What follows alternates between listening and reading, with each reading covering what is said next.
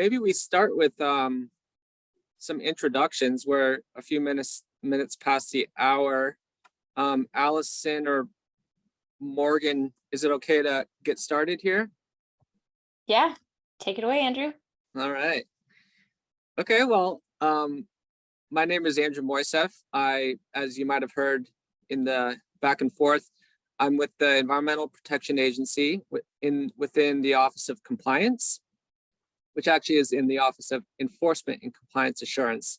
So I'll show you a little org chart just to orient us all later. And within the Office of Compliance, I work on a team that helps to develop kind of a range of analytical tools that integrate compliance and enforcement data. My primary focus is on hazardous waste, so the Subtitle C program.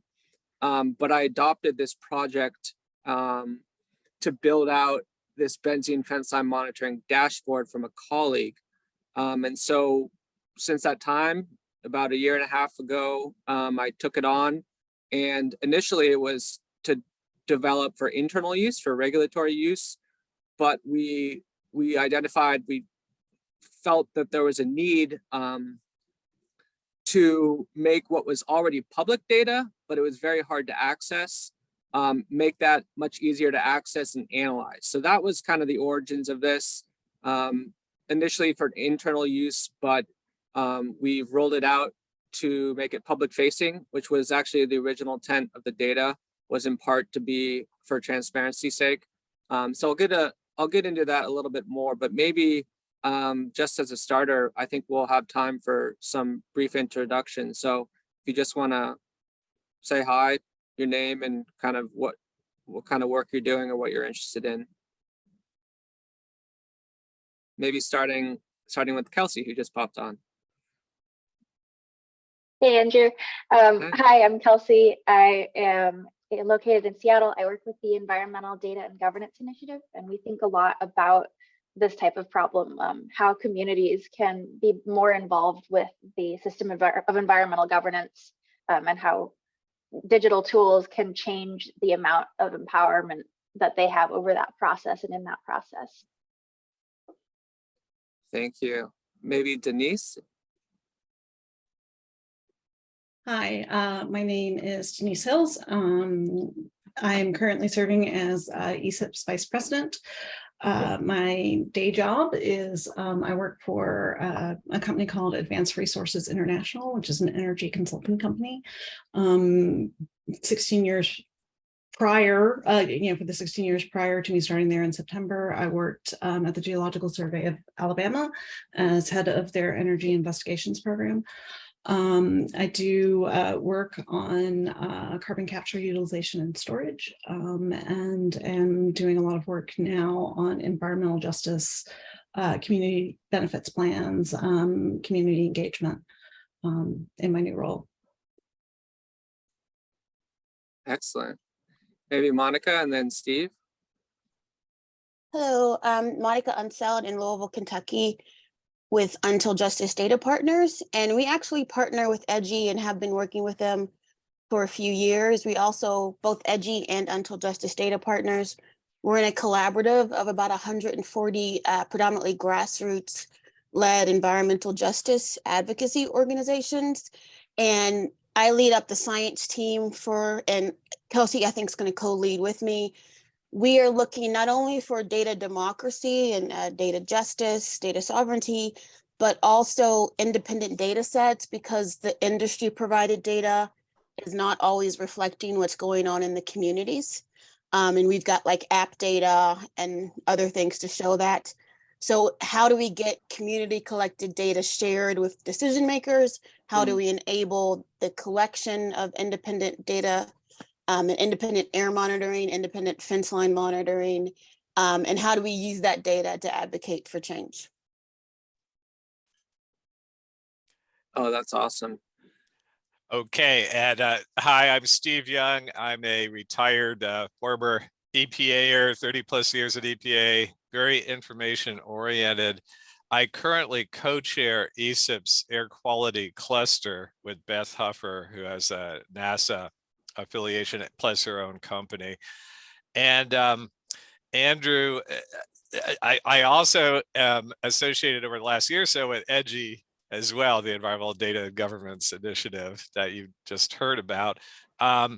We have a concept in the air quality cluster of creating at least kind of the rough scaffolding for a community air quality toolkit that would help communities jumpstart air quality programs within their community with of course, a special interest in vulnerable and disadvantaged communities. And one of my keen interests is in fusing data from multiple sources. There so much data is available now, and a lot more is coming down the pike, but not only looking at in situ ground-based monitoring, like I think you'll be talking about today, but thinking about all of the remotely sensed data, the new satellite capabilities, which are really exciting, I think. And how can you kind of pull all that together, and participatory data collection, also known as citizen science or community science, how can you kind of bring all that together and make it usable and actionable for communities? So we're very interested in that. And we have a session coming up at 1:30 this afternoon where we'll be talking about this stuff more. So if you can, tune into that too. Oh, excellent. Thanks, Steve. That's me. And Bob? Hi, I'm Bob. I am from NOAA. I was at AGU in the fall. This was just interesting because I was in AGU in December, and there were several posters and similar type of topics like this, and I just found them interesting. I found it interesting to talk to the people who were presenting the posters. I have this is not anywhere close to what I do normally. But I've worked at NOAA for NOAA and weather. I worked in weather service for about 15 years, and I've got about 5 years now in NESDIS, which is the Environmental Archive and Satellite part of NOAA. I've in my work in weather service, I spent many years working to get the weather service data, which has always been completely public, but to get it into user-friendly formats that could be easily out of the more or less open but proprietary, unique formats used by the meteorological community, and into formats like XML and JSON that could be used more wider, lower the cost of entry to the data, so that people could do more interesting things with the weather data, as opposed to just what the weather service might want to do. These days at NESDIS, I'm an old data guy from way back, but these days in NESDIS, I'm involved in satellite ground architecture systems. I'm involved in understanding the data sets that we're starting to import from some of these other satellite systems, like what you were just talking about, what somebody was just talking about a minute ago, that a lot of these commercial and even NGO sponsored satellites that are being launched that just collect a huge amount of data from all types of different ways, and how we process them and bring them in, how we can process them and bring them in. And when we're talking commercial data, or even data from nonprofit organizations, everything from the IT security to the legal ramifications and understanding of how we can and can't use the data.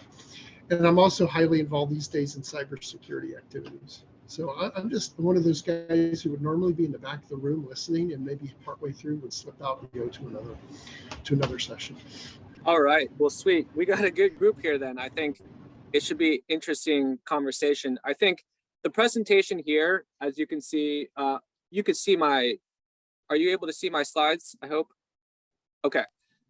Yeah, is on a particular tool related to a specific rule, but based on what everybody has said here, I'm hoping that if you're willing to share your contacts, possibly stay in touch, because let me actually jump. So here's the agenda, but what I was going to say, I added, sorry, I didn't add the slide to this version. hold on.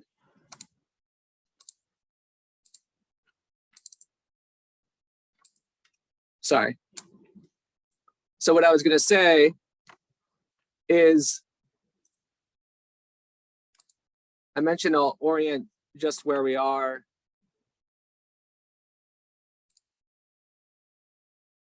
In EPA. So I'm in office of, as I mentioned, OECA. So this office is responsible for, as it suggests, ensuring that we're collecting monitoring data, emissions data from a variety of methods. So for the water program, it's discharge monitoring reports. For hazardous waste, it's these things called manifests. For air, it's a little less structured. It depends on the program, but for the program we're talking about today, they've installed monitors around the facility, around the fence line of the facility, which is kind of getting into new territory for air monitoring. There isn't a lot of more continuous monitoring in the air program. So this actually kind of represents a newer approach to compliance monitoring, particularly within the air programs.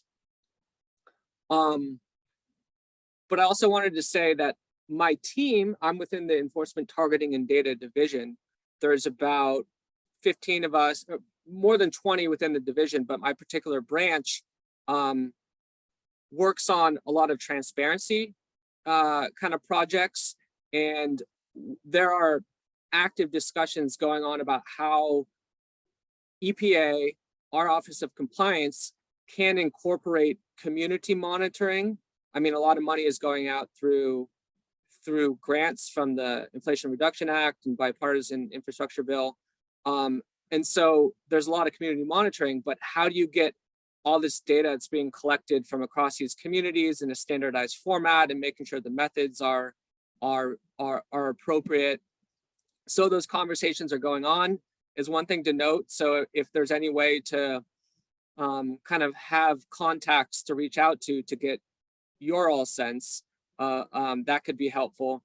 And in B, I mentioned earlier to Allison and Morgan, and Kelsey is aware of this because she participated, but we're trying to incorporate more user testing in some of the tools we roll out. And so having contacts like yourselves to kind of, before they're rolled out more broadly to the public, getting people to kind of use it and see if there's ways in which, to the degree we can, and to the degree we have resources, adjust or change the tool so it's a little bit easier to use. So anyways, that's kind of the broader context, but I should probably start diving into the actual dashboard itself. And so I'll first mention a few words about Echo, because this is the public facing platform that houses much of our enforcement and compliance information. You may or may not be familiar with it. I'll speak briefly to the rule just to familiarize people with the rule that's underlying this visualization tool.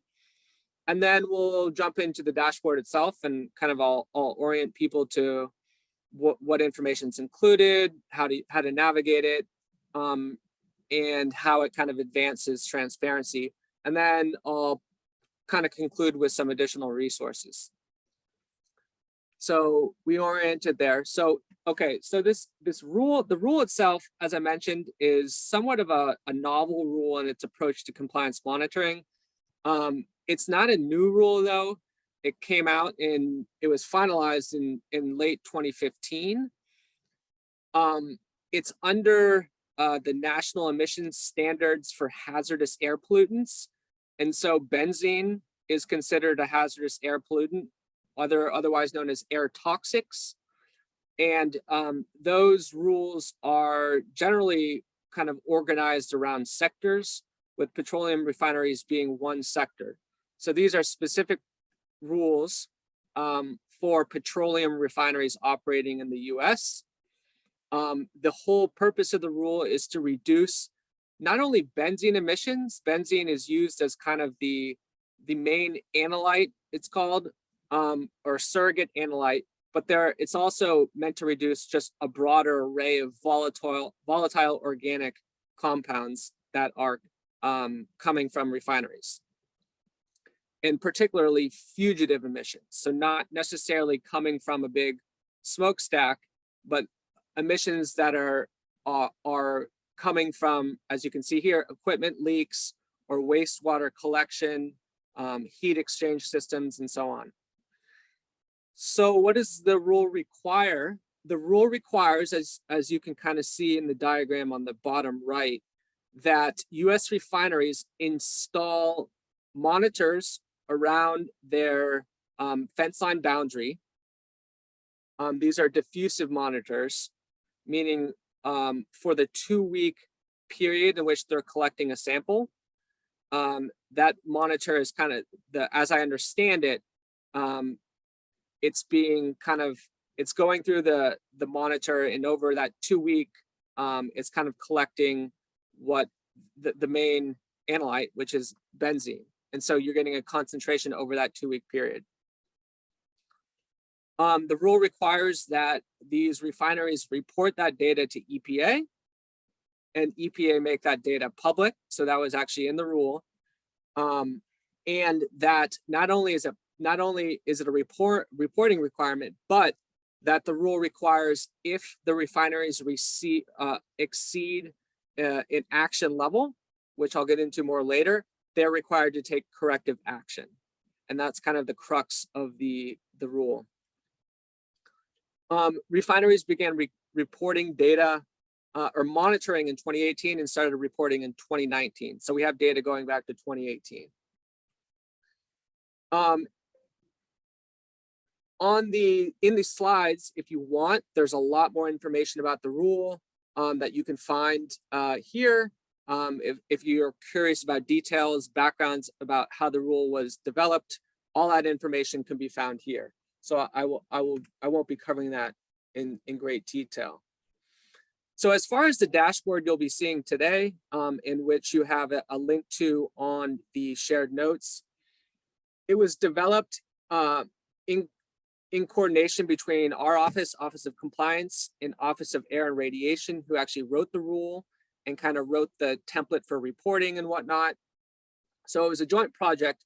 I mentioned, I believe before to Monica and Allison, that it was originally developed for internal use. So it was developed to help our regulators, so people within the Office of Enforcement, kind of track emissions across refineries. So that was the main purpose. Initially, it was for regulatory use. But based on how the information was being provided to the public when we first started on this project, we realized quickly there was a need to make the information more accessible to people and make it, to the degree possible, easier to analyze. So that was the underlying purpose of this dashboard. It was released October of 2022, and there's a short tutorial that I recorded to help people kind of orient them to the tool and provide a bit of an introduction. And it's housed within Echo's data visualization gallery. So with that, I will show you kind of how to access it, how to get there, and where it's housed. So echo.epa.gov is the enforcement and compliance history online that I mentioned earlier. My little team, my little branch of 12 to 15 people, we manage this portal. It's been around for about 15 years or so. If you're new here, I recommend checking out the help section. There's a whole bunch of data and video tutorials about how to kind of navigate the site. But the data visualization gallery, which we created about 2 years ago, houses all of our data visualization and kind of analysis tools, only a few of which are public at the moment. One of which, though, is the benzene Fenceline monitoring dashboard. So I believe I added the direct link to the shared notes that you have. So once you get there, you can bookmark the page. That way you can kind of access it directly. If you lose it, just know that you can get to it through Echo. Again, through Echo, there's Analyze Trends. There's the Data Visualization Gallery, and actually, it's kind of like spotlighted here. So that's how to get to the actual dashboard. Now, once you're here, it's kind of like, whoa, there's a lot of text. There's a lot of charts. So there's a lot going on. So as far as usability, whether it's user-friendly, I think it's not a beginner application per se. But I think with a little instruction and support, I think people can pick up on how to use it. So just by way of kind of orientation on the dashboard itself, the main landing page, as you can see highlighted up here, is where all the primary data on the benzene emissions is located. But there is also a host of information on the program overview page. So this provides a summary of the rule, the purpose of developing this. There is actually a link to WebFire, which maybe you're familiar with it, but this is where the data was originally provided. And it's not easy to use at all. But just to show you, as I think Steve might have been speaking to it earlier, or Bob, I forget, but just the amount of information that's out there, like look at these are all hazardous pollutants in the sectors in which we're collecting compliance data. So just to say that it is a real challenge in data collection and data management on the EPA side, which oftentimes gets underappreciated by our offices. And so we can be stretched pretty thin. But the rule that we're talking about, here's the petroleum refineries. Initially, it was only providing one spreadsheet at a time per facility. So you could just kind of look up the quarterly reports for a single refinery. So the purpose is to pull all that into a single location. And so you can look at it in a way for comparison purposes and to download for easier use. So as far as information goes, again, here's a link to the video tutorial,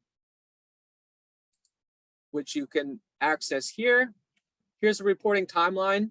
I mentioned that they collect data for a 2-week period, but they report quarterly. So the timing is can be hard to kind of wrap your head around it, particularly, or in addition, because there's a 30-day period for review, after which the data is made public. So oftentimes there's a delay in the data we're looking at. And so EPA is trying to improve on that to make it a bit more kind of real time. There's certainly efforts that in writing some new rules, trying to incorporate that, but that's what we have for this rule. I'll just point to the action level and what's required. I don't think I have time to really get into detail in like what's required when a refinery exceeds the threshold or exceeds the action level, which is set at 9 micrograms per cubic meter for the rolling annual average. So it's a specific measure. That's important to note. But there are a number of actions that the refinery is required to take to reduce emissions and timelines associated with it. So just wanted to point that out. There's a glossary. So both the program overview and the glossary, these are things that we added in part because of user feedback from the user testing I mentioned earlier. People provided a need for a glossary and some additional information here. So that was one example of how people like yourselves input has helped to improve the tool. So if we go back to the main dashboard, let's start talking about the actual data. This is showing you how many refineries are reporting by quarter. The latest full quarter we have is 2022 Q3. which, yeah, I forget the exact months, but so 112 refineries is the reporting universe. Here's the distribution across the country, and the colors are showing the latest annual average reported. So with the highest being 19, and I should maybe mention annual average here. So there's a 2-week sampling period. This delta C is a calculation, a simple calculation for each 2-week sampling period. There are a number of monitors. So for example, if we select a facility,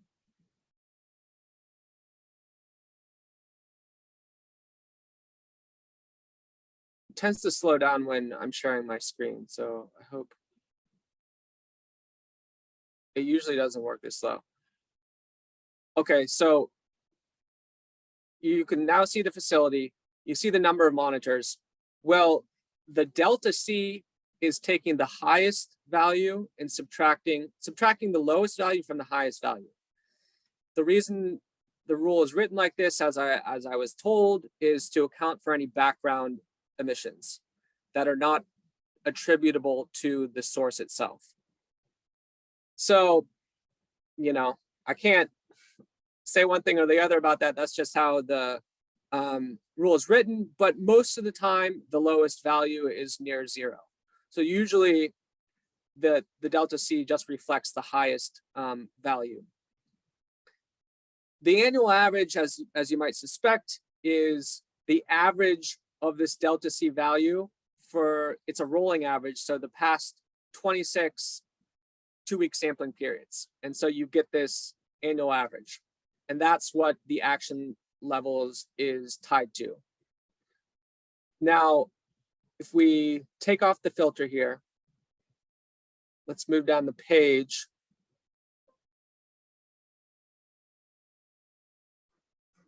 And what we have here is now we're looking at the list of reporting refineries and their latest annual average, or sorry, their highest annual average value for the given month.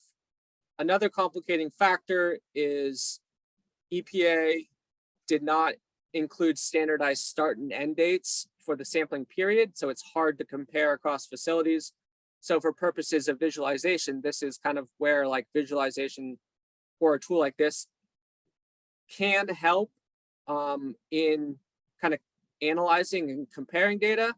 So we're looking at the highest delta C value in the given month. And so you can see here, the flag is if they're over the annual, if they're over the action level, meaning that some corrective action is required by them. And if corrective action doesn't address the elevated emissions, they're required to submit a corrective action plan to EPA. That's one of the stipulations to reduce their emissions. But as you can see, that doesn't always lead to a drop in emissions, or because this is the rolling annual average, there's a drop for a couple sampling periods and sometimes it goes up. And so we can drill down on this. Let's take an example here. So in terms of using the dashboard, if we want to just take, for example, Marathon Galveston Bay, since it has the highest annual average value for the most recent sampling period, we can select that, and you can see a little pop out here that will show you for the month of September. Okay, so there was only one sampling period that reached into September, but you can see for each 2-week sampling period, this is the period start date for that 2-week sampling period, you can see the delta C value. And so you can see it kind of increased going into September. And if you want to look at a different visual, you can look at it here. So this is, I mean, you can see they've been above the action level for quite a bit of time. And it started to go down, but then it spiked again. So if you look at the 2-week, I hope you're able to follow along. It can be quite confusing, but if you look at the 2-week trends, you can see much more variation because we're not looking at the rolling annual average anymore. So there's much more variation. You can see perhaps where it initially was pushed up here. They come below the limit, they go back up, you know, and it spikes very high here, which is where you see on the annual average view. Oops. You see that reflected in the annual average here. And so that helps to look at trends over time and how long they've been above the action level. This chart over here, which is pretty cool, each monitor has its own lat long coordinates, which is how we're able to plug it in to the mapping feature. And this allows, you know, refineries, the regulator, the public to see where exactly the high reading is coming from. And so that's what you're seeing there. So that's going from, we were looking at, you know, the 112 plus refineries that have reported over time. We selected an individual refinery to drill down. And I should mention there's a host of refinery information here, kind of a profile of sorts, so you get where it's located. There's some EJ data here. So another priority certainly for the agency and directive we got was to incorporate EJ indexes. That's EPA's way for screening for environmental justice concerns. So in this case, 3 out of the 12 environmental indexes are elevated or above the 80th percentile. And low income, people of color within a 3-mile radius, like all that information is right there. They are an exceedance for both the annual average and sampling period average. So that's certainly, you know, that's one facility. I'll take a pause in a second, time check and a quick pause to see if people have input, but I'll just say, if you get to this point, if you arrive here and you're like, okay, this is a lot going on, there's a lot, you know, a lot of colors and charts and stuff. At the very bottom, there is an Excel table, table format with all the results. So if you want to just focus on a particular facility or area or state, you can make those selections and download that table and work as you would in any kind of platform that's most comfortable for you, you know, Excel or whatnot. So that's an easy way just to access the raw results without necessarily having to navigate this whole dashboard. So let me pause there and see if there's any input or questions at the moment. There are a couple of questions in chat, Andrew. Okay, would you help me Yeah. read them out to me or Yeah, so I think we started with Kelsey. She was saying that that's really interesting about showing the difference rather than the total. I think when we were showing the actual like fence line locations. She said that she hadn't caught that before. For community protection, I'd love to see imagery or scales more focused on health. And then Monica followed that up with observing how it may be hard to qualify what health means because it can be hard to calculate or estimate that. Do you have a response to Monica and Kelsey? Well, I can elaborate on what I said is because we know, like, in reality, people are exposed to mixtures. And we know that they're trying to push NAMs as a way to possibly assess mixtures, and NAMs have some benefits and some definite deficits. But one, well, I mean, I think everyone here knows, like the elephant in the room that's fairly obvious is that most communities don't trust the EPA, right? Like that's not a surprise, I hope. Because there's just this belief, whether founded or not, that the reliance on the industry data is just not real. So I was happy to see that you had the data where you can show the variability. That's something community asked for. But in terms of health, the conversation has really shifted to cumulative impacts. So that it's not just the exposure to benzene, it's the legacy pollution, it's racism, it's classism, it's all of those non-chemical stressors. And people are still figuring out how to best assess that. In fact, in Coming Clean, we have some people in the science team trying to work on that. So I'm not sure that this would be the place for that. I know there are other websites where you can see this is what benzene does, but in terms, I think those exist. So I don't know if Kelsey, I know it's not my website. I don't know if that would be what community would want here. I would say really quickly that I'm glad you have the raw data, because one of the big requests that we get is to take, and Edgy too, is to take data and make it another website for it so that it's easier to navigate. So thank you for making it easier for in my day, we had to copy and paste spreadsheets, but these kids can just write a code and pull the data over. So thank you for that. But Kelsey, that was just my thoughts on it. I don't know if it would belong on this website. Yeah, that's a fair point. I'm always looking at this and going, okay, well, if I were looking at my home and I wanted to know more, sorry, my oven timer's going off. If I wanted to know more about am I going to be okay? That's kind of the basic question that most of the time when I go and talk to people who are actually experiencing effects or trying to use data tools,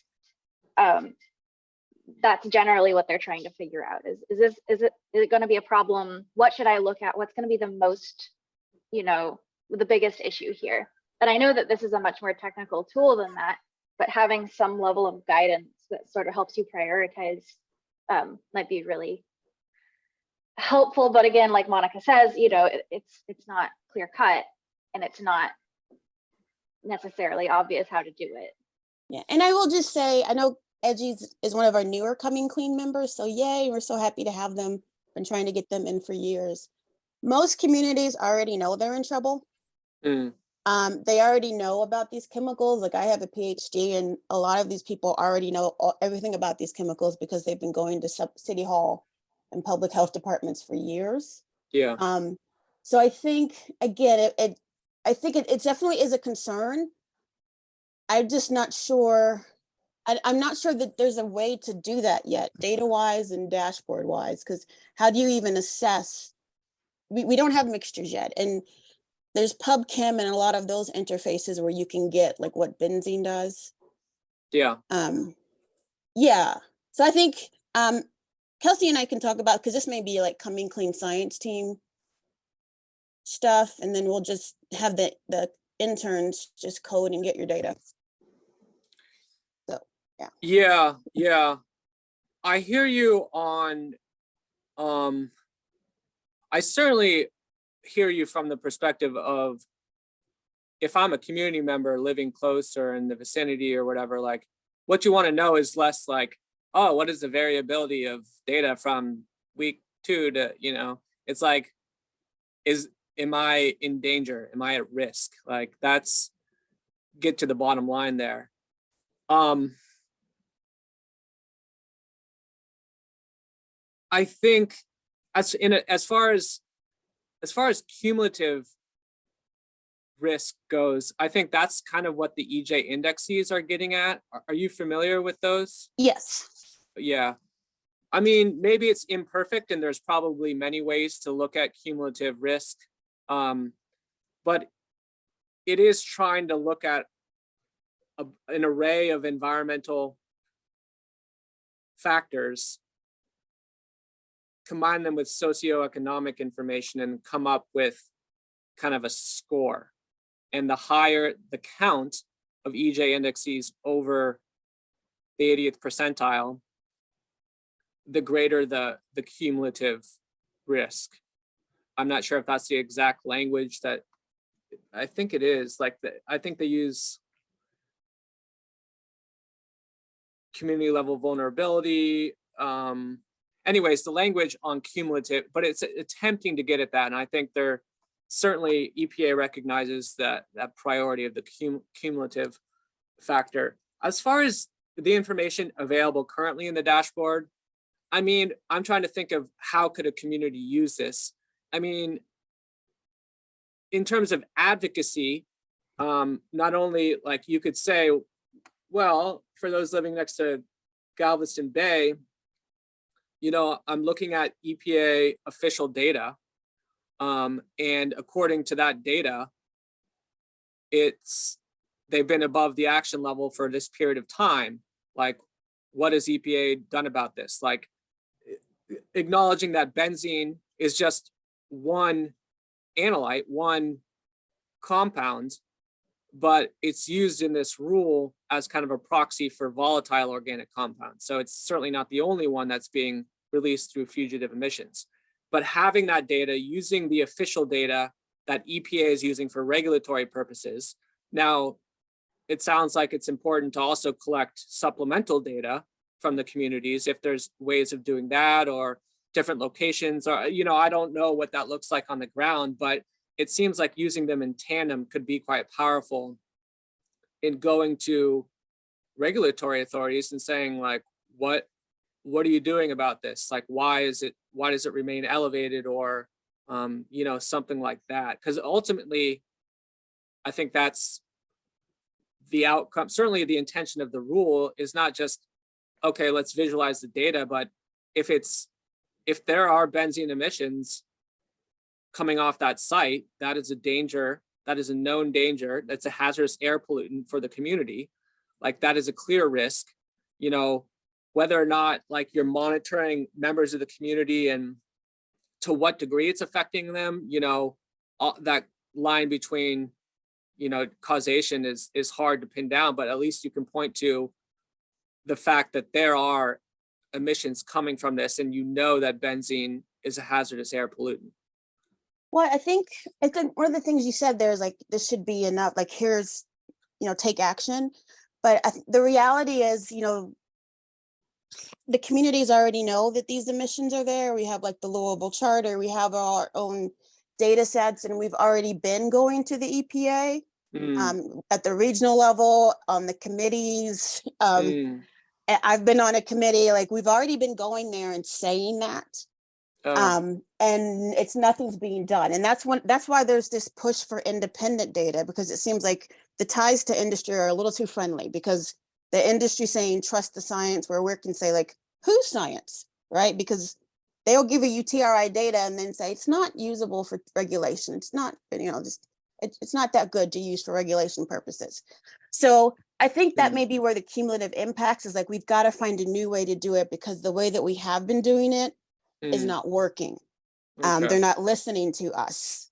And I think that's where some of the frustration is. However, I think what you've got here is really useful, because, like, we do also get, you know, we talk to journalists who are saying, I don't know how to go through this, and I've been assigned to write this story. And so we're like, okay, well, can we find, like, a visual that they can put in the story, or they don't know how to read an spreadsheet, or they don't have time to go through a spreadsheet or something. So I think this is, while not perfect, it's better. Definitely better than what was there. And I like, if you scroll up, you've got a graph, right? And you've already got some bullets that have, like, there could be some talking points that a journalist could use on the information of benzene. So I think all of this is really useful. I am working with a group of students at the University of Louisville, where a local environmental justice community asked them to make another version of our local air quality data. And they're doing focus groups with community groups to guide how to design the website. And we're going to see if their way of doing focus groups is something we can do a case study of, and maybe, you know, use that method of how often do you check in, what questions are you asking, so that we can maybe standardize how to do some of these websites. Because, as you know, it's a lot. It can overload you. it can Yeah. also make you feel helpless. Yeah. But so you kind of have to know how to speak about it. And that's why we always trying to say, like, they already know they're in danger. They already know it's not okay because they already have cancer, right? They already have asthma. They already have all the health impacts. They want to know what information will make the EPA do something about it, because the health disparity data is there, it's been there. And we are just trying to figure out, how do we move the needle on policy Yeah. to clean this up and make industry responsible for cleaning it up. Because as if you talk to a lot of communities, they're like, we have enough data on some of this stuff. Yeah, like there's a ton of lead data, like what, you know. And I know I think Kelsey and I have different experiences with communities. Oh, yeah, and so I was gonna say, Kelsey, you may want to jump in. No, I think you're totally right. Okay. Yeah, and I think you have a lot more experience working with communities that are directly impacted by benzene. So I would definitely take Monica's word over mine on this.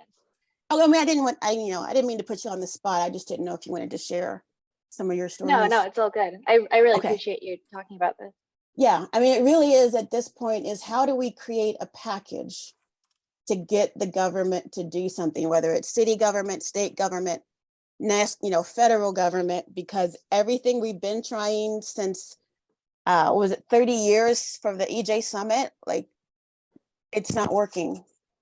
So I don't know. I know you can't do that at the EPA, be like, scroll down and we'll tell you whose office to call. But I do think this is a big improvement. And I am going to share this with, I'm going to share this even with some journalists that I know.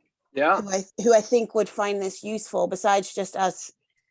We call us data nerds. Yeah. So I do appreciate all that you've done. I think this is a big step forward, in my opinion. And again, like, I know you're not regulatory, but I think it's what data can we get and how can we package it to get these chemicals significantly reduced, and some of them just need to be banned. Yeah, thank you for sharing. How are we doing on time? We are at about 10 minutes to the hour. Okay. And are we aiming to conclude? We just need to wrap up by 12:30 Eastern time. Oh. So we got plenty of time if there's other aspects that you want to dive into, but there is no pressure. Okay, well, let's see if there are a few more comments. I'd just say, in terms of trusting industry data versus collecting independent data, I'm not an expert on the technical aspects. I would just say that, for example, like for the water program, I mentioned earlier, for the NIPDES program, which is for point source for, factories and whatnot polluting into waters of the United States, the whole system is relying on facilities to take samples and to analyze those samples and report them in. And that's, like, in some ways, it's just, there's no way around it. There's just hundreds and thousands of facilities. So to rely on the community or to rely on EPA to conduct all those samplings and collect that information is just not tenable. There are checks to make sure that there's data integrity. And even there's a project that my colleague works on, data integrity project, is to try to spot check to make sure labs are doing the analysis correct and that there's no false reporting of information. So just a note that, like, depending on the program and depending on the number of sources, sometimes it's just like, that's what's required to depend on the regulated community to provide information and to ensure that there's penalties if that information is falsified. But there's pretty strict, yeah, I'll leave it there. Again, I'm not an expert on that, but. Well, no, I'm glad you brought that up because the reality is I don't think any of these communities want to collect their own data. Right. They would love to leave it in the hands of the EPA, but they're not getting healthier. They're still getting sick. So a lot of this is just out of frustration and like, I'm tired of dying. I'm tired of my kids having asthma, you know? So a lot of this is just, it's not, I don't know if I would, desperation is the wrong word. I'm not comfortable using that word, but it's this sense of we're at the hearings. You know, when you're in the hearings and the industry saying the same 10 talking points for decade after decade, and you're kind of, and they're easy talking points to knock down. Mm-hmm. And you just have to sit back and say, really? And then the EPA tends to back off. And it's just frustrating. So this is where this drive for independent data is coming from. It's because, again, it's not getting better. I think if we saw some progress on the EPA, I know this is not you, but if we saw some stronger progress on the EPA, at least during the hearing, saying, you know what, ACC, you've made that same comment for the last 15 hearings in a row, and you have nothing to back it up. You know, at least even push back a little bit on what they're saying in the hearings, right?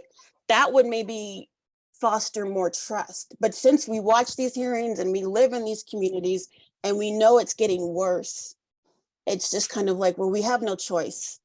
Because it really is for these communities, life or death. Like when they say Cancer Alley, they mean Cancer Alley. Yeah. Here in Louisville, there's about 13, 14-year life expectancy difference from East End to the West End of the city, because the West End is predominantly Black and where Rubbertown, the Title IX chemical facilities are. They're going to live, they're not going to live as long, their cancer rate's higher. I mean, it's one of those things, it's like, what else can we do? Yeah. Yeah. So again, I don't know any community that actually has the time. I know they definitely don't have the money, but they're doing these bucket brigades. They're doing these things because they feel like they have no choice. Yeah. Yeah. Well, and I guess sort of to bridge that back towards, you know, I know you only have so much scope of control from where you are, but one of the things that I thought was really interesting was talking about how to make sure like the community, folks like Monica and the communities Monica's talking about are incorporated into, you know, when you build this dashboard, who are you building it for? What are the problems they're trying to solve with it? And so I thought it'd be really interesting to maybe talk a little bit about that user testing process. I know Susan had asked about that in chat, and also about stats you might be able to collect about people who are accessing the tool from like web tracking type of stuff. I don't know if you're doing that type of analytics, but I'm curious as well. Well, we just have high-end numbers on usage. We don't have any information on from the public who is using it. Obviously, you know, that's data confidentiality. But yeah, we have numbers like I can pull them up in a sec. But it's between 200 and 500 people a month, unique users of the tool. So it appears it's being used. The question about user testing, you might have seen somebody walk in the background. That was actually my supervisor, Mike. We are definitely trying to incorporate more user testing. In fact, Kelsey, we've spoken just briefly on this, and my colleague Cora, who is leading the release of the ECAT. What does ECAT stand for? Clean Air Act targeting tool. That's going to be made public pretty soon, and that's not necessarily an easy tool to use either, but it's a powerful tool.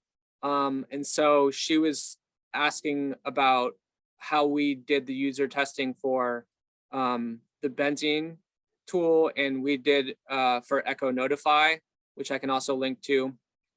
But basically, I mean, we don't have a real structured process here. We use what limited contacts we have. Community people working at NGOs, people in community groups, mostly those two, a couple academics. And there's still a question as to the Information Reduction Act, whether we have to include limit the number of user testers to 9 or not. Currently, we're acting as if we do. So the user tester would be kind of capped at 9, but we would, for the benzene fenceline monitoring, we just distributed a link to the participants. We didn't provide a whole lot of direction on how to use it, just based on bandwidth. And then for one of them, Echo Notify, I created a form to get people's feedback, but I think for the benzene, it was just more open-ended. And so I think, Kelsey, that's something you had suggested is be a bit more methodology, a bit more intentional about what questions we're asking, and what the scope of the feedback is. So point being is we're in the early stages of trying to incorporate user testing into the rollout of some of these tools. It's still something that we can improve on, like even building some protocol around it, you know, developing a network of contacts that we could reach out to for testing certain tools. Like there's a lot of ideas that could be done. Yeah. And I think that's something that the team's interested in. Yeah, just to briefly follow up on that, this is part of the reason, because I know you all are thinking about that a lot, and I know that NASA is doing a big, well, Susan and I and others are coordinating a user research study with NASA over the next couple of months for some of their digital data tools. And the fact that that's happening over there and this is happening over here is a big part of the reason why I asked Susan if we could pull together a session, which will be on Friday, where folks from different agencies come together, as well as from nonprofit orgs. Monica is also going to be speaking there, to talk about, you know, what are your approaches here? What are you doing here? What can you maybe share? Because I'm wondering if EPA can pull from some of the ways that NASA is approaching that challenge. Oh, that would be great. Yeah. Yeah, I raised my hand also. It's interesting to look at, right? Like great tools out there, but like who needs the data? Mm-hmm. What are they looking for? What skill levels do they have, right? So like what form of tools are most useful or most needed, right? You know, is it high level, very skilled data experts like you find in an ESIP meeting, right? That know how to deal with, you know, not super user friendly file types, and they're pulling it into their own software to do their own analysis? Or is it, you know, more community-based action groups where, you know, they need more viewers, more things that are more intuitive to navigate? They're not going to be, you know, exporting the data for any, you know, they don't need it in an export type format, just in a viewer. And it's just interesting to think. I kind of wonder, and you know, every time I wonder, I open up I open up a door for trouble. You know, how do nonprofit organizations such as ESIP help? How can we help lower the barriers that it appears federal agencies face when trying to do things like saying who's using our data, who wants to use our data, who's having trouble using our data? How can we make our data more useful? Like that would seem to me like it could be something consistent across agencies where you could access a pool of resources or experts who focus just on that. And I'm not saying we're not that, but gosh, like making all government data more usable by a broader group of stakeholders would be an amazing goal, right? I mean, hard, not easy. Yeah. But if there really are barriers within the agencies to doing that kind of work because of various privacy restrictions, how can we maybe be a voice to lower some of those barriers so that data can be more usable? Just a crazy thought, get myself in trouble. No, not at all. That's good trouble.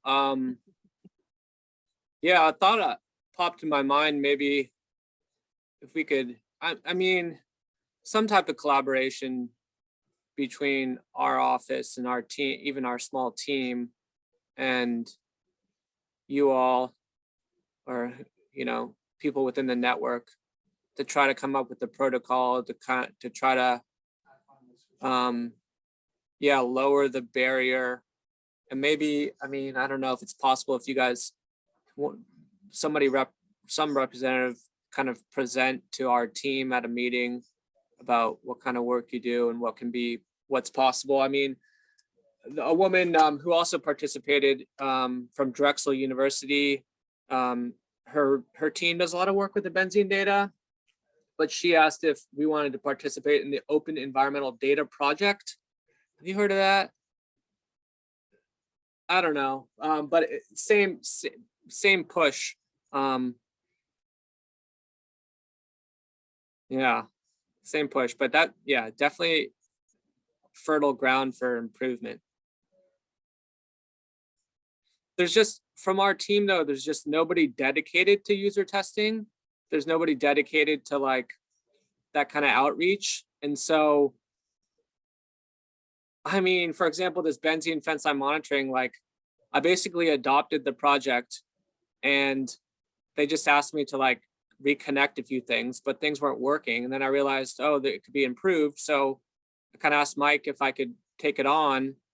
And then, you know, along with developing it and trying to wrangle all the data, which was in terrible shape, like it's being reported on spreadsheets. And so there's all sorts of problems with data entry and stuff. So it's just total mess. So I'm trying to develop this out and then like also coordinate user testing and like incorporate feedback. So it's just a lot to handle. That's just like, just to say, like, just to provide an example of like what we're experiencing in trying to incorporate user testing. Usually it's like the person developing the tool, like the focus is on just like putting it together and like, you know, making sure the data lines up and getting it out. So I really wish there would be somebody on our team that could be dedicated in part to user testing. I think that's the recommendation I've provided, at least. Thank you. And it is a lot, and it is a specialized field, and it requires special resourcing. So I don't want to like, you know, roast you on a spit over here for the work you're doing. Like, you did a really cool thing. I just think it's really interesting to imagine how we might push that, or how we might, like, you know, draw parallels from everywhere else. Yeah, and that was similarly, I really applaud you for getting in there and doing the work that you've done, and for coming to ESIP and sharing it with us. We've been trying to get more EPA engagement for multiple years now, so I'm thrilled you're here. I'm like, wow, how can we, you know, how can we support a more coordinated approach to because things can, you know, tools can be disparate, right? Like they can, you know, if you don't know exactly which office to look in or, you know, where to find it. So how do we, you know, how as a community could we make the case for more broader support across agencies and within agencies for that kind of a mentality would be interesting. I just want to hop in because I know we also hear like it's just hard to know who to call. And I think that confusion is even within the EPA office. And I think we all recognize that the people who are working at the EPAs, like just, you know, at their desk doing everything, are desperately trying to help, and they are underfunded, and they are often like, you know, like we are kind of roasting them, but yeah, we all understand, you know, that, but we also understand that you guys don't have the resources you need, right? Your budget, the EPA's budget is not big enough. You all need more money, you need more staff. And I think that's very apparent that one of the reasons things haven't changed is because the EPA is not properly funded and properly staffed. And so I think it may be something, this could be an ESIP thing. I don't know. I mean, this is my first ESIP meeting. It's just maybe just a guidebook on how to make an accessible website or standards and practices. Because we have so many websites, I think, that make up the groups that are in ESIP. So if somebody wants like one more thing on their to-do list, that doesn't have funding. Yeah. You know, like just, Yeah. is there like a collection of like themes of like, this is best practices, or even how do you get that information? What's the best way to hold a data focus group for people who hear the word data and hear, oh, science scary. And also, if there was just maybe somebody somewhere could just put a page on the EPA website with just a map of like, here are the offices, here's what each office does, and here's who to contact. But that will probably take an act of Congress at this point. I think I saw, did Kelsey, were you raising your hand? Oh yeah, I just Okay. on the like leading practices point, I mean, user testing and user research was really novel a decade ago in like, I used to work in startups in Silicon Valley. I worked in the tech sector when this was like considered to be relatively new, but it's been a decade. And even then, you know, there were really good books. They just weren't aimed at nonprofits or agencies. So like, this isn't a novel resource that needs to be created around how to do good websites and user testing. It's out there, it's just really not targeted towards, you know, towards folks who are doing this stuff. Which is why I was so excited. I think it was NASA, it might have been NOAA or USGS, I can't remember. I met some user researchers who are with government agencies through ESIP, so I know that they're beginning to, like, these are relatively new roles in other agencies. So I'm wondering if there's some way to take that and say, look, it worked over here. Why don't we create an analogous office and learn from this rather than try to rebuild this from scratch?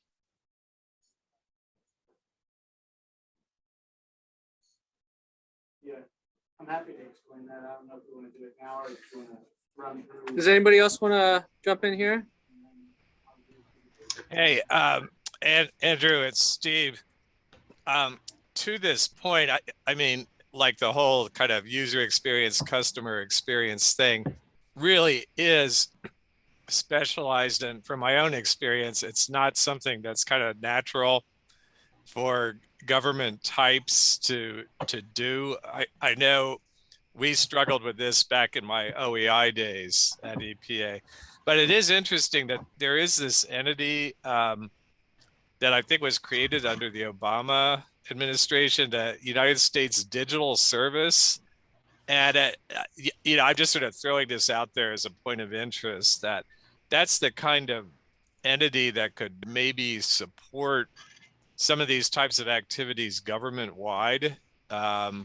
So they bring in detailees from industry, you know, who are, yeah, theoretically experts, you know, at leading practices coming from, yeah, there you go. So that might just be something of interest to the group, you know, that to know that this thing exists.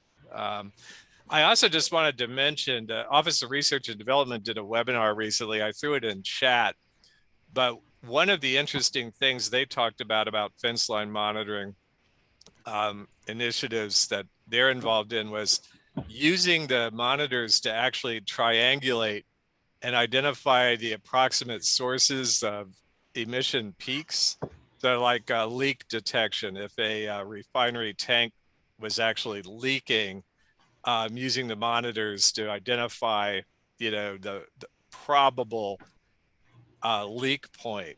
So I thought that was pretty cool and interesting. And one final point, the infrared sensing technology is becoming less expensive. And I know I've picked up bits and pieces over the last few years, but various folks standing outside the fence line have used infrared imaging to identify fugitive emissions points, you know, leaks, and call attention to those. So that's kind of another, to me, interesting thing that's going on, because even though it may not be visible at all in visible light, some of these things look like black smoke pouring out of the emissions point with thermal imaging. So just throwing that out there. So this is Bob from NOAA. Somebody said something earlier. A number of years ago in the Weather Service, they started to stop. They realized through a whole lot of customer feedback, and the Weather Service is blessed to have 144 forecast offices across the country, and every forecast office has some people who do a lot of outreach to the community. They started to realize that the websites have been built over many years to focus on the data, and in many cases, the data, the public or depending who you thought your user base was, which could be anywhere from the general public who wants to know if it's raining outside, to an emergency manager, to a manager of a factory who wants to know when to evacuate the floor because of a tornado or something like that, and when to shut down a production line that's going to cost them millions of dollars. So there's a wide range of customers, but one of the things that they started to look at was to look at the impact of the data. Not so much the data itself, but the impact. And that might be really, really hard to do in this particular case. But over many years, that actually has evolved. And over the last couple of years, they have hired specialists in a field that I know of as societal impacts. So they're looking at society. They're looking at the social impacts of the data, of what the data can show. So in the case of high temperatures, for example, 105-degree temperatures in Tucson, Arizona, or in Phoenix, Arizona, does not have the same impact as 105 temperatures in Philadelphia, where and the housing conditions are completely different in Chicago. So for example, I'm making this up, but so maybe 100-degree temperatures in Chicago has a huge impact. So it was good. That's been a long time evolution, and it's actually evolved now to the point that the Weather Service is even changing the way it looks at how it's delivering its products to its customers, and specifically into being more specialized in what is IDSS. I'm trying to remember. Impact decision-making services, I think, is what that might stand for, where the local office, the local officials are more trying to help the local Weather Service people, the local NOAA people are trying to help the local officials to understand when something is happening and how to, and when those local officials should be making some sort of a decision. I looked at that one chart. Okay, and that you showed, and it went off the top of the, that brief period of time went off the top of the scale. Should a local official, when something like that is happening, should a local official be using the wireless emergency alert system to tell people to shelter in place? Maybe not. There's a lot of ifs, and there's a lot of local things to take into account there. But the one question I put in the chat that I was sort of interested in, just in your web display, the colors that you're showing on those maps, is that a sliding scale that you're picking out the color that you're displaying the different colors, or is it a fixed scale? Is there an upper limit to the scale? Yeah. Sorry, I cut you off. Oh, sorry. Go ahead. Yeah, it's a sliding scale. So it's all relative. Yeah. So it's because the danger of a sliding scale like that, of course, is a relatively low reading that maybe not have that much impact shows up as dangerously red.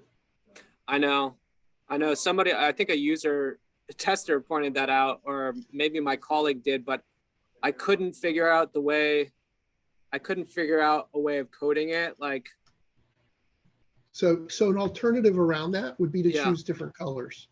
So red, of course, is a natural. People see red, and they see stop. They see danger. So you may want to go to something like a green-blue scale or something like that. Okay. Just a thought. Yeah. Appreciate that. We've spent a lot of time looking into that at the Weather Service. We spent a tremendous, many resources in contracting and contractors and specialists and consulting. Actually, we reached out at one point and consulted with our local, with some TV weather people, because they had a lot of experience in that type of area. So, and you've got a relatively small team, and like you said, you inherited this. I can really understand. Yeah. But you may want to just give it some thought and try out some things. Okay. Appreciate that. Color matters. It does. Yes. All right. We're about at 12:20. Any last thoughts?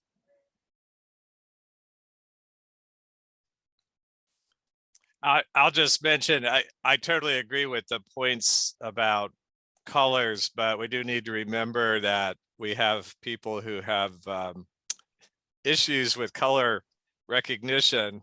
I think the term color blindness has gone out of favor, but so that is an issue that comes up, to kind of remember that you'd like to have an alternative that's color neutral for people who do have trouble. Blue-green may not be the best choice.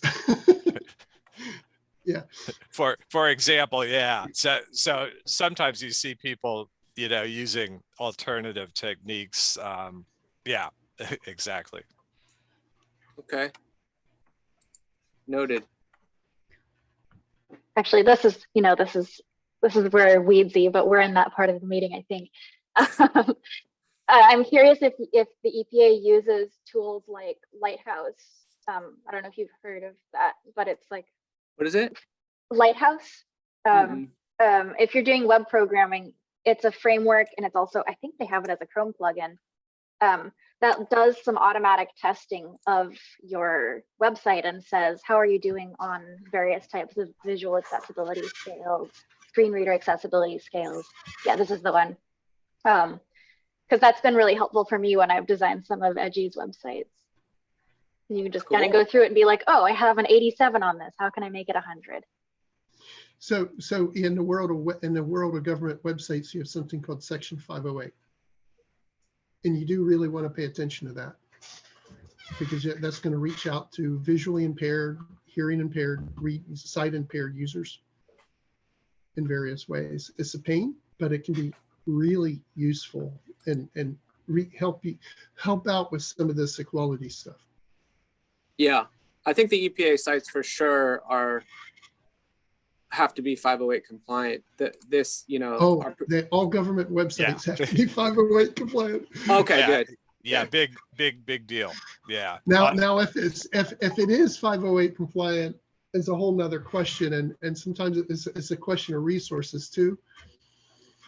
There's ways to display that data. There are ingenious ways to display graphical data so that a sight impaired person who is using a screen reader can understand it, other than just tables that you're reading through, that a screen reader might read through, and tools like Lighthouse can help. Yeah. Okay. Sure. Well, you all have helped identify a couple resources here: the digital service and Lighthouse. So I'll take these back to my team. I'll send an email out. Share them. Thanks so much, Andrew, for letting us have such an open session with you. This was really fun to be a part of and listen to. Sorry, I was going to ask, are you going to do some self-care after this? Some self-care after this? Yeah. Yeah, really, actually, because we roasted, we were no, honest. not at all. He's handled it very well, actually. Yeah, I'll just make sure you take care of yourself, okay? Oh, this is a light roast. Yeah. No. I appreciate. I mean, I worked at nonprofits before this and with community groups, around, in some cases around the world. So I very much appreciate the work, and Monica, just tying it back to on the ground, like we're here at the offices and, we're in front of our computers making charts, but really gets back to people's lives and, lives cutting short and pretty acute suffering. Yeah. So I think keeping that in mind is, I mean, I think that's what drives a lot of us here. So appreciate all your work. I just threw in as sort of a parting thing. Someone told me about this day one project thing recently, which was news to me, but this might be of interest to some of you to just take a look at what they're talking about. I think they came out with this, about a year ago. But it might be interesting to look at. I can't claim that I've really reviewed it, but it was like, huh, interesting. So just one more thing that's going on out there. Mm-hmm. Yeah, but talking about like the challenge of like the volume of data and then making it actionable so that there's a response that goes with it, as Monica was saying, you know, like it can almost be even more frustrating to have the data and then being like, okay, well, who's responsible for this one? And in our session this afternoon, later this afternoon, we're going to try to dig into that some, including the question of, okay, well, what can I do? What should I do? Like if you're telling me that it's going to be a bad air day, what should I actually do?